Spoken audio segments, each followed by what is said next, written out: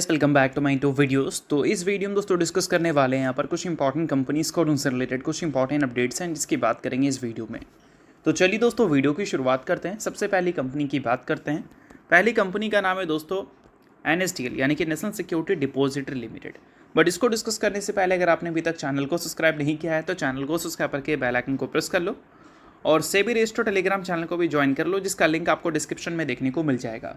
और एक डिस्क्लेमर भी है, जो भी कंपनी से रिलेटेड न्यूज़ एंड अपडेट्स हम लोग कवर करेंगे वो सारी न्यूज़ एंड अपडेट्स सिर्फ और सिर्फ एजुकेशन पर्पज़ के लिए है, सीखने के लिए है। तो इसको किसी भी तरह का इन्वेस्टमेंट एडवाइस मत समझना, आप खुद से रिसर्च और एनालिसिस पे कर सकते हैं। तो चलिए दोस्तों वीडियो की शुरुआत करते हैं। सबसे पहले बात करते हैं NSDL से रिलेटेड कुछ इंपॉर्टेंट न्यूज़ एंड अपडेट्स के बारे में। सो दोस्तों NSDL की बात करें तो हाल ही में NSDL से रिलेटेड अगर देखोगे तो परफॉर्मेंस कुछ खास अच्छी देखने को मिलेगी नहीं। कंपनी लिस्टिंग के बाद काफ़ी अच्छी परफॉर्मेंस डिलीवर की थी क्योंकि मार्केट ने कई सारी चीज़ों को देकर कंपनी को एक्स्ट्रा वैल्यूएशन दिया था और वो कई सारी चीज़ों में एक चीज़ था कंपनी का मोनोपोली या फिर बोल सकते हैं डुओपोली डिपॉजिटरी मार्केट में। और इस वजह से एक टाइम पे कंपनी का प्राइस टू अर्निंग मल्टीपल्स 80 का भी हमें देखने को मिला था। बट सबसे इंपॉर्टेंट बात यही होती है स्टॉक मार्केट में कि मार्केट आपको जितना भी पी दे दे, आपको उसके हिसाब किताब का अर्निंग्स रिपोर्ट करना होगा। और उस हिसाब किताब का अर्निंग्स अगर आप रिपोर्ट नहीं कर पाते हैं तो उसके बाद क्या है कि वो वैल्यूएशन सस्टेन कर पाना काफ़ी ज़्यादा मुश्किल है। तो उस टाइम कंपनी में होती है करेक्शंस। तो 80 का पी सीधा लुढ़क कर अभी अगर देखोगे तो कहाँ पर आ चुका है, लगभग 45, 47, 50 के रेंज के आसपास। तो वैल्यूएशन कंपनी का अच्छा खासा करेक्ट हुआ है। बट ये करेक्शन हो सकता है कि आगे भी हमें कंटिन्यू देखने को मिले। वो इसलिए क्योंकि हाल ही में कुछ चीज़ें ऐसी पब्लिश हुई हैं जो कि NSDL के ऑपरेटिंग प्रॉफिट को डैमेज कर सकती हैं।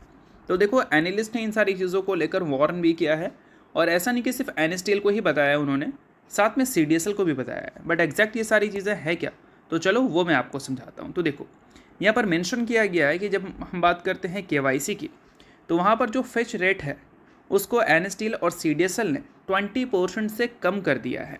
और इस कारण इनका जो ये बिज़नेस है KYC वाला, उसमें ये अच्छा खासा डैमेज फेस कर सकती हैं अपने ऑपरेटिंग प्रॉफिट में। रेवेन्यू तो ज़्यादा देखने को मिलेगा बट उसके साथ हो सकता है जितना कंपनी एक KYC से कमा पाती थी उतना अब हमें कमाती हुई देखने को नहीं मिलेगी। बट एक अच्छी बात भी हम बोल सकते हैं कि NSDL का जो टोटल रेवेन्यू आप देखते हो उसका सिर्फ 5% ही ये बिज़नेस कंट्रीब्यूट करता है। पूरा 5% नहीं है, 5% से थोड़ा ज़्यादा है, पर 6% से कम है। ठीक है, अब एग्जैक्ट ये सारी चीज़ें हैं क्या, तो चलो उसको समझाता हूँ। तो देखो जो फेच रेट हमें पहले देखने को मिलता था वो 35 रुपये था, बट अभी उसको 20% से कट कर 28 रुपीज़ कर दिया गया है। तो इससे क्या है कि ये जो बिज़नेस है कंपनी का, इस बिज़नेस का जो टॉप लाइन है यानी कि रेवेन्यू, वो लगभग हमें थोड़ा मोड़ा डैमेज फेस करता हुआ दिख सकता है। बट कुछ कंपनी ऐसी है जिसका टॉप लाइन ज़्यादा डैमेज कर सकता है, लाइक CDSL, क्योंकि उसका टॉप लाइन में 20% का कॉन्ट्रीब्यूशन इसी पर्टिकुलर बिजनेस का हमें देखने को मिलता है। और ब्रोकरेज हाउस यहाँ पर एस्टिमेट लगा रहे हैं कि 5 से 6% तक का EBITDA इम्पैक्ट हो सकता है इन सारी चीज़ों की वजह से।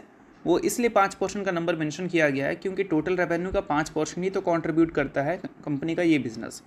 तो NSDL के लिए तो उतनी भी भयंकर न्यूज़ नहीं है, बट CDSL के लिए थोड़ी ज़्यादा भयंकर बन जाती है क्योंकि टॉप लाइन का 20% कंट्रीब्यूट करता है ये बिज़नेस।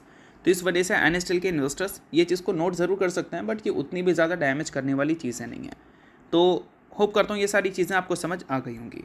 तो अब दोस्तों वीडियो में आगे बढ़ने से पहले बात कर लेते हैं एक सेबी रजिस्टर्ड टेलीग्राम चैनल के बारे में जिसका नाम है ट्रेडर पाजी। इनका रजिस्ट्रेशन नंबर आप यहाँ पर नोट कर सकते हैं। 8 साल से भी ज़्यादा का एक्सपीरियंस है इनको ऑप्शन एंड स्विंग ट्रेडिंग में। और इनके टेलीग्राम पे चैनल, इसके अलावा दोस्तों मार्केट समरी से रिलेटेड कंप्लीट डिटेल्स आपको यहाँ पर अपडेटेड देखने को मिलती है। उसके अलावा मार्केट के जो इंपॉर्टेंट लेवल्स हैं वो सारी चीज़ें भी आप यहाँ पर चेकआउट कर सकते हैं।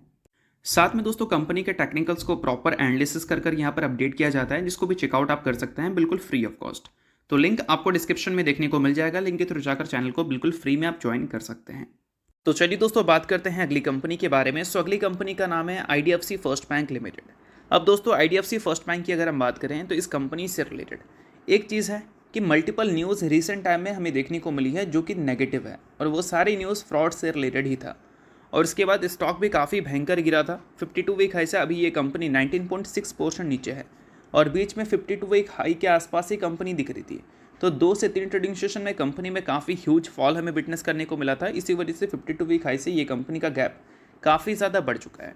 बट अभी अगर देखोगे तो इस कंपनी की सबसे अच्छी बात यहाँ पर यह है कि फ्रॉड वाली अगर इन सारी चीज़ों को अगर हम इग्नोर करते हैं तो कंपनी के क्वार्टरली रिजल्ट अब हमें थोड़े बेहतर देखने को मिलते हैं पहले के कंपैरिजन में। पहले कंपनी अपने प्रॉफिट को लगातार डी ग्रोथ होती हुई दिख रही थी और अभी कंपनी के प्रॉफिट में डी ग्रोथ तो नहीं, बट हाँ ग्रोथ हमें ज़रूर देखने को मिल रही है पिछले कुछ क्वार्टर से। बीच बीच में ड्रॉप हमें देखने को मिलता है, लाइक यहाँ पर आप देख सकते हैं, बट उसके बाद अगर देखोगे तो प्रॉफिट में रिकवरी भी हमें देखने को मिलती है। तो कंपनी की प्रॉफिटेबिलिटी जो रिकवर किए हैं उसका सबसे बड़ा रीज़न है कंपनी का नेट इंटरेस्ट मार्जिन, और उसको लेकर मैनेजमेंट का ये दावा था कि Q4 में भी कंपनी का जो मार्जिन है वो हमें ऊपर की ओर जाता हुआ नज़र आ सकता है। बट ये सारे जो कंपनी के पार्टी प्लान्स हैं इसको क्रूड ऑयल पूरी तरह से ख़राब कर सकता है, जो लगातार बढ़ रहा है, और इस कारण इंडिया में इन्फ्लेशन बढ़ने का खतरा है। और ऐसे टाइम पे आरबीआई अगर रेट हाइक्स कर देती है तो उस सारी चीज़ों का इम्पैक्ट बैंकिंग सेक्टर में देखने को मिल सकता है, क्योंकि इनके जो एसेट अंडर मैनेजमेंट है उसमें जो ग्रोथ दिखती है उस ग्रोथ में हो सकता है कि पहले जैसी तेज़ी देखने को ना मिले या फिर उसमें एक स्लोडाउन हमें देखने को मिले। तो ये सारी चीज़ों को आप ज़रूर ध्यान में रखना अगर आप IDFC फर्स्ट बैंक के इन्वेस्टर हैं तो। बाकी बात करें दोस्तों अगली कंपनी के बारे में, तो अगली कंपनी है डिक्सन टेक्नोलॉजीज़ लिमिटेड। अब दोस्तों डिक्सन टेक्नोलॉजीज़ आप सभी को पता है रिसेंट टाइम में काफ़ी ख़राब परफॉर्म की है। इसके मल्टीपल रीजंस हैं, एक रीज़न नहीं बहुत सारे रीजंस आपको मिल जाएंगे, बट कंपनी लॉन्ग टर्म को लेकर अपनी जो विजन है वो काफ़ी ब्राइट रखी है, ये भी हम बोल सकते हैं। हाल ही में क्या है कि डिक्सन टेक्नोलॉजी के कुछ प्लान्स हमें सेमीकंडक्टर सेक्टर को लेकर भी देखने को मिले थे, और रिपोर्ट्स यहाँ पर ये बोल रहे हैं कि गवर्नमेंट 76,000 करोड़ का सेमीकंडक्टर स्कीम इंसेंटिव स्कीम आपको इंट्रोड्यूस करती हुई नजर आएगी domestic chip manufacture project announcement को देखते हुए। और इन सारी चीज़ों की वजह से जो भी कंपनी सेमीकंडक्टर स्कीम में अपने आप का प्रेजेंस लाएगी उन सारी कंपनी को गवर्नमेंट से एक अच्छा फ़ायदा मिल सकता है। और जब हम कोई स्कीम की बात करते हैं या PLI की बात करते हैं तो वहाँ पर डिक्सन टेक्नोलॉजी से बड़ी कंपनीज़ का नाम आता है, क्योंकि डिक्सन टेक्नोलॉजी वो कंपनी है जो एक टाइम पे 5 से 6 PLI स्कीम का बेनिफिट ले चुकी है, जो कि बहुत बड़ी बात होती है। और इस वजह से कंपनी के बिजनेस में काफ़ी अच्छी ग्रोथ भी हमने देखा था। और अभी अगर सेमीकंडक्टर और कंपोनेंट इनिशिएटिव की अगर हम बात करें इस कंपनी के, तो उसको लेकर यहाँ पर मेंशन किया गया है कि डिक्सन टेक्नोलॉजी ने ग्लोबल टेक्नोलॉजीज़ के साथ एक पार्टनरशिप किया था इस्टेब्लिश करने के लिए display fabrication facilities in India.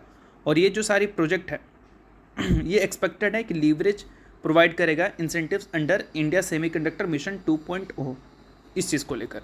और बाकी इसमें कंपनी जो इन्वेस्टमेंट्स प्लान रखी है वो 2000 से लेकर 3000 करोड़ का रखी है अगले 3 सालों के लिए डिस्प्ले एंड कैमरा मॉड्यूल्स के लिए। तो ये सारी चीज़ें क्या है कि करंट लेवल से कंपनी को 35% का अपसाइड वैल्यू ऐड करता हुआ दिखेगा 2030 तक, जो कि काफ़ी अच्छी बात रहेगी डिक्सन टेक्नोलॉजी के लॉन्ग टर्म विजन को लेकर। और बाकी अभी हाल ही में एक जॉइंट वेंचर की अप्रूवल की भी न्यूज़ हमने सुना था, इसमें डिक्सन टेक्नोलॉजी ने लॉन्गचेयर नाम की कंपनी के साथ जॉइंट वेंचर का फॉर्मेशन किया था। नाम था जॉइंट वेंचर का डिक्सटेल इन्फोकॉम जॉइंट वेंचर, जो कि डिक्सन टेक्नोलॉजी के मेजॉरिटी स्टेक्स हैं इस कंपनी के या फिर इस जॉइंट वेंचर के, ऐसा भी आप बोल सकते हैं। बाकी डिक्सन से रिलेटेड अगर कोई और पॉजिटिव अपडेट आएगी तो उसके बारे में भी हम लोग बात करेंगे। अभी जो भी इंपॉर्टेंट अपडेट है वो मैं आपके साथ शेयर कर रहा हूँ। बाकी दोस्तों अगर आपको वीडियो अच्छा लग रहा है तो वीडियो को ज़रूर लाइक कर देना और चैनल को भी सब्सक्राइब कर लेना, ताकि आने वाली वीडियोस की भी नोटिफिकेशंस आपको मिल सके। और सेबी रजिस्टर्ड टेलीग्राम चैनल को अगर आपने ज्वाइन नहीं किया है तो उसको जाकर आप ज़रूर ज्वाइन कर लो, लिंक आपको डिस्क्रिप्शन में देखने को मिल जाएगा। वहाँ पर कई सारी कंपनी से related news and updates and analysis देखने को मिलते हैं, जो कि आपके लिए काफ़ी ज़्यादा यूज़फुल हो सकता है। तो लिंक डिस्क्रिप्शन में है, लिंक के थ्रू जाकर चैनल को बिल्कुल फ्री में आप ज्वाइन कर सकते हैं। अब इसके अलावा बात करते हैं अगली कंपनी के बारे में। तो अगली कंपनी का नाम है मेट्रोपोलिस हेल्थ केयर, जिसने हाल ही में अपनी Q3 के अर्निंग्स को रिपोर्ट किया था। अर्निंग्स के साथ कंपनी ने 3:1 के रेशियो में बोनस की भी अनाउंसमेंट की थी। सो अगर आप इस कंपनी के शेयर होल्डर हैं तो बेशक इस न्यूज़ को आप नोट कर सकते हैं, शेयर होल्डर नहीं आप इग्नोर कर सकते हैं। न्यूज़ इस वजह से मैंने बता दिया, बाकी ये किसी भी तरह का रिकमेंडेशन नहीं है। तो होप करता हूँ ये वीडियो आपको अच्छा लगा होगा। लाइक कीजिए, पहली बार सब्सक्राइब कीजिए। दिन के लिए बहुत बहुत शुक्रिया।